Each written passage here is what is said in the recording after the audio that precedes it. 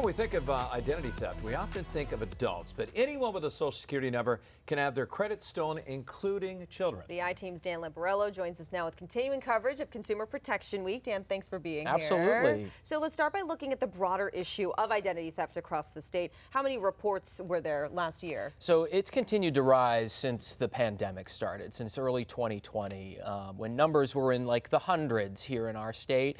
Last year, 1,400 Mainers had their identities stolen, and that ranged from people in their 80s to people in their 20s and even people younger than that. So the issue is more rampant than ever, unfortunately, because these cyber criminals are using things like AI that we talked about earlier this week to hack companies, find your information, and then exploit it. So like you said, this doesn't just affect adults, but children as well. And I imagine something that could be, sort of tricky there is the children or your teens might not even know for a while that it's even been stolen. That's we have the safeguards, we're checking our bank accounts, Absolutely. things like that. As Jeff mentioned, anyone with a Social Security number can have their credit stolen. And children are that much more vulnerable because they have no credit. They have a clean slate, if you will, that cyber criminals can kind of exploit.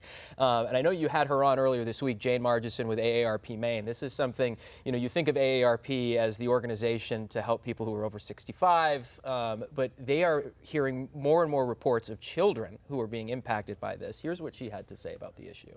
So we've heard of incidents of infants as young as 2 months old having their identity stolen, but who would know? It's a tiny little child. And a lot of it too, there's a lot of adults that aren't street smart, but when it comes to like identity theft and things like that, when you get a text or whatever, kids aren't as street smart, they'll go, oh, what's this? Yeah, they click that link. We're going to actually be talking about that tonight, a little bit about some of the scams that we're seeing, the phishing attempts. But most of this stuff that are impacting children is cyber attacks.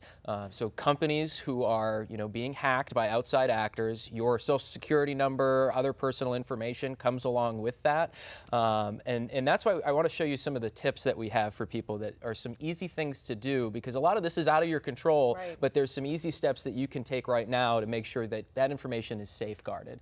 This is one we've been preaching, the I-Team has been saying for years and years and years. Freeze your credit. It is easy to do. It is free to do. You have to do it with all three credit bureaus, TransUnion, Experian, and Equifax. We have a step-by-step guide under the I-Team section of our website right now.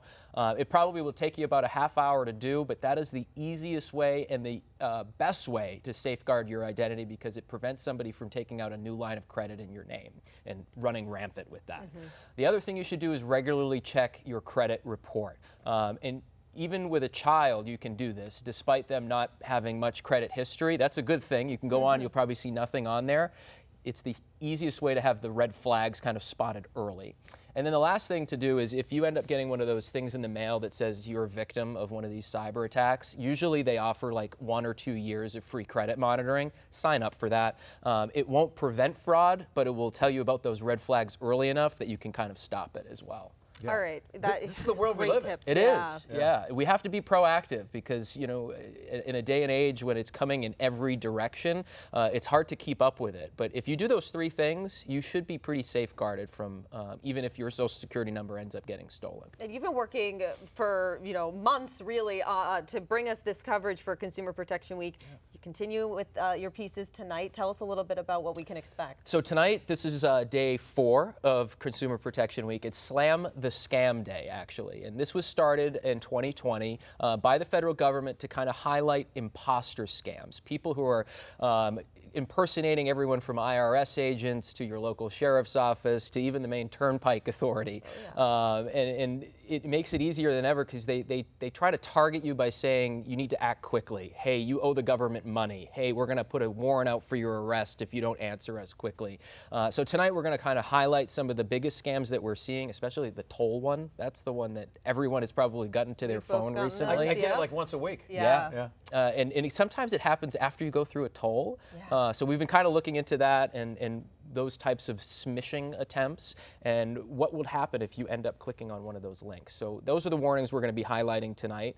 I know this is stuff that we talk about a lot here on our programs in small segments, but it's important stuff, and I hope people can take this information and really protect themselves moving forward. Yeah, Dan, here's the scary part, is the AI involved, where you can take stuff off a Facebook post or something and make the video sound like your grandkid or your wife or whatever, and they can scam you just like that by using like videos. Exactly. They can take what you have already posted on social media, feed it into one of these AI engines, and really make it sound like you. It's scary, and this is ever evolving. It's unregulated, which is the other major issue here. So we as consumers have to take it upon ourselves right now to take these proactive steps, know the warning signs, so we can make sure that we're not losing our hard-earned money or losing our identity that can take years to recover from. Yeah, it's nice to know that AARP, when we had Jane on, use the resources. You can call them anytime and ask a question.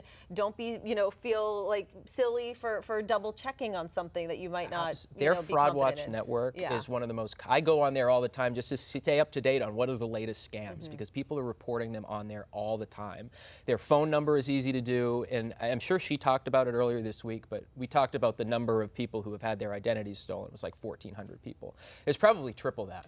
Right, people are not reporting. They're embarrassed. They're embarrassed. I mean, it's a horrible thing to say, oh my God, I just lost $30,000 in the most awful way possible because I was exploited. But this stuff is not your fault. Yeah. These are bad actors who are really just trying to exploit the good nature of people and people who otherwise, it's just a scary situation. It really is. Yeah. So the big thing here, report. Yeah, and double and triple check everything. Like I got something to the USPS, and I actually was going to the post office. I said, look at this text, and before I could say anything, he goes, scam, delete. But I was in the post office, and I asked him specifically about it because it sounded like I really had a package there. Yeah. But I went and double checked. The same thing, make a phone call, right? Confirm, verify, and just take that time to step away for a second and be like, okay, this is probably, it could be real, it may not be. Find the number for the USPS, find the number for Bank of America, your local sheriff's office. Call them directly. Do not stay on the phone with the people who are calling you. Just stop, even if they are pressuring you. That's how they kind of keep you under the ether, if you will. That's their tactic, but don't be afraid to step away. They're not coming for you. They're probably in another country. So if you take that time to stop real quick, get your wits about you again, and verify it yourself, you're going to be that much more protected. All right, we'll be tuning in for your story tonight, Awesome. and thanks for all your hard work. Yeah, on this was important wonderful, topic. guys. Thanks for having me on all week. All the other stories on WGME.com under the I-Team, of course, icon.